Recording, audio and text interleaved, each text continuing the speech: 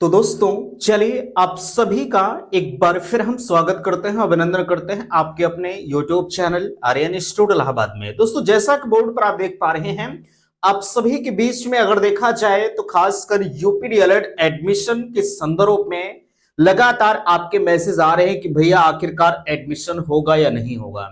मैंने आज आप सभी के बीच में ट्विटर कैंपेन को छोड़ रखा था कि भैया आज आप सभी को ट्वीट करना है। हालांकि ये वीडियो में हम ट्वीट पर चर्चा नहीं करेंगे, अगला जो वीडियो आएगा, अभी आप लगातार देखा जाए तो तमाम लोग ट्वीट कर रहे हैं, ट्वीट रीट्वीट ये सारी चीजें आप कर रहे हैं, है ना। उसका क्या रिस्पांस होता है बिल्कुल इस वीडियो में हम साझा करने का, इस वीडियो में नहीं, अगला वीडियो जो आएगा उसमें हम सारी चीजें आपके बीच में बताएंगे।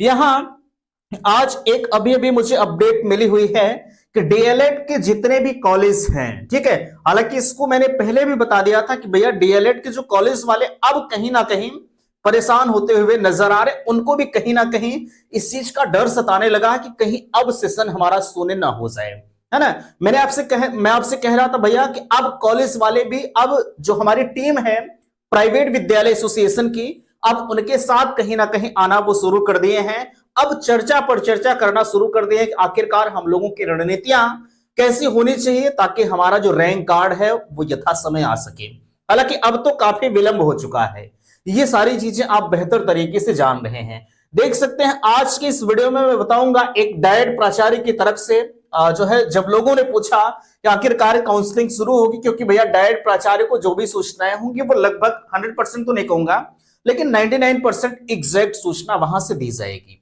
है ना। देखिएगा कब आएगा रैंक कार्ड, 12 वालों को मौका मिलेगा या नहीं मिलेगा, सत्र सोने का डर अब कॉलेज वालों, अब कॉलेज वाले जो है अब कहीं ना कहीं अब वो धीरे धीरे परेशान होते हुए नजर आ रहे हैं। तो फाइनली हम इन सभी मुद्दों पर चर्चा करेंगे। मैं निवेदन आप सभी से करना चाहूंगा कि प्लीज अगर चैनल पर पहली बार विजिट किए हैं तो चैनल को सब्सक्राइब जरूर करेंगे। सबसे पहले आप इस पेपर कटिंग का बेसब्री से इंतजार कर रहे हैं, तो मैं आप सभी को पेपर कटिंग दिखा देता हूं, आप इस पेपर कटिंग को देख लीजिए। देखिएगा सबसे ऊपर यहां कहा जा रहा है डीएलएड कॉलेजों में शून्य सत्र का डर, शैक्षिक अहर्ता को लेकर हाईकोर्ट ने जो है हाईकोर्ट की रोक से शुरू नहीं हो सकी प्रवेश प्रक्रिया। अब यहां देखिएगा कहा जा रहा है, ये सबसे पहली चीज तो मैं बताना चाहूंगा, ये फिरोजाबाद से सूचनाएं ली गई हैं। कहा जा रहा है डीएलएड कॉलेजों के सामने सत्र शून्य होने का संकट आ गया है। दाखिले के लिए तय शैक्षिक अहर्ता को लेकर diploma in elementary education DElEd counselling पर हाईकोर्ट की रोक के बाद जनपद में 8000 सीट, मींस फिरोजाबाद में टोटल सीटों का जो आंकड़ा बताया जा रहा है वो 8000 सीट बताई जा रही है ना। ये सिर्फ एक जिले की बात मैं कर रहा हूं और आप देख सकते हैं यूपी में कितने जिले। 8000 सीटों पर प्रवेश की प्रक्रिया अभी पूरी नहीं हो सकी है, सिर्फ फॉर्म भरे गए हैं। ऐसे में कॉलेज प्रबंधकों को खर्चा निकलना मुश्किल हो रहा है। कई कॉलेजों के शिक्षकों की छुट्टी कर दे रहे हैं। भाई जाहिर सी बात है, जब आपका एडमिशन नहीं होगा तो टीचर्स रहकर क्या करेंगे, है ना, उनका खर्चा कैसे चलेगा, उनको हम वेतन कैसे देंगे, ये सारी चीजें कॉलेज प्रबंधक जो भी हैं वो परेशान होते हुए नजर आ रहे हैं। आगे कहा जा रहा जनपद में जो है 89 डीएलएड कॉलेज संचालित है। इन कॉलेजों में डीएलएड की 8000 सीटें आवंटित है। इसके अलावा डाइट की 200 सीटें निर्धारित की गई हैं। डीएलएड के चालू सत्र के लिए आवेदन जमा किए गए हैं। काउंसलिंग से पहले ही शैक्षिक अहर्ता को लेकर कुछ आवेदक हाईकोर्ट चले गए और कोर्ट ने आवेदकों के पक्ष में फैसला सुनाते हुए काउंसलिंग पर रोक लगा दी।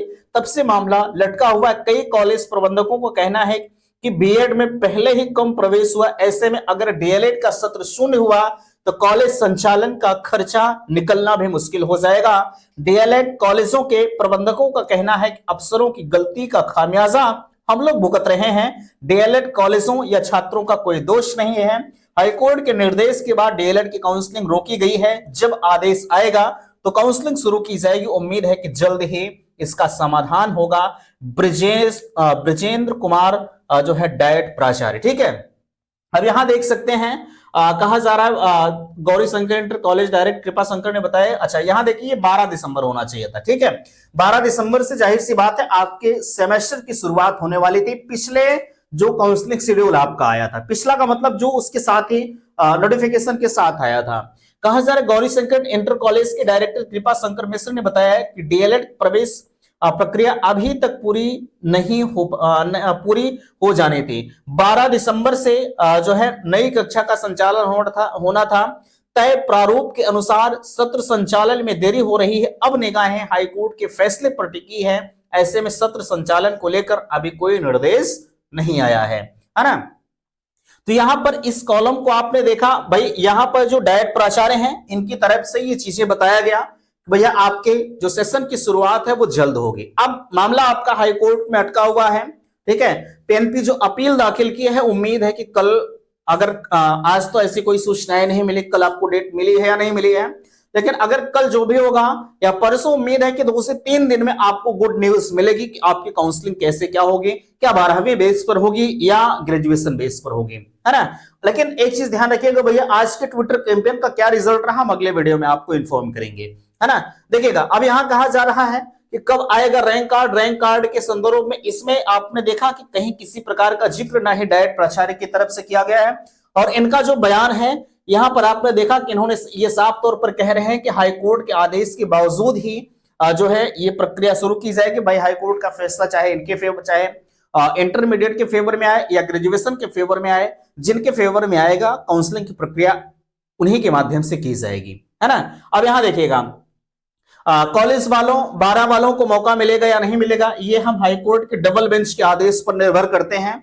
जैसा फैसला आएगा, अगर फैसला ग्रेजुएशन के फेवर में है तो ग्रेजुएशन बेस पर एडमिशन होगा, बट अगर फैसला जो है इंटरमीडिएट के फेवर में है तो इंटरमीडिएट पर होगा। लेकिन जो पॉसिबिलिटी एक्सपर्ट के अनुसार बताई जा रही है वो 12वीं बताई जा रही है।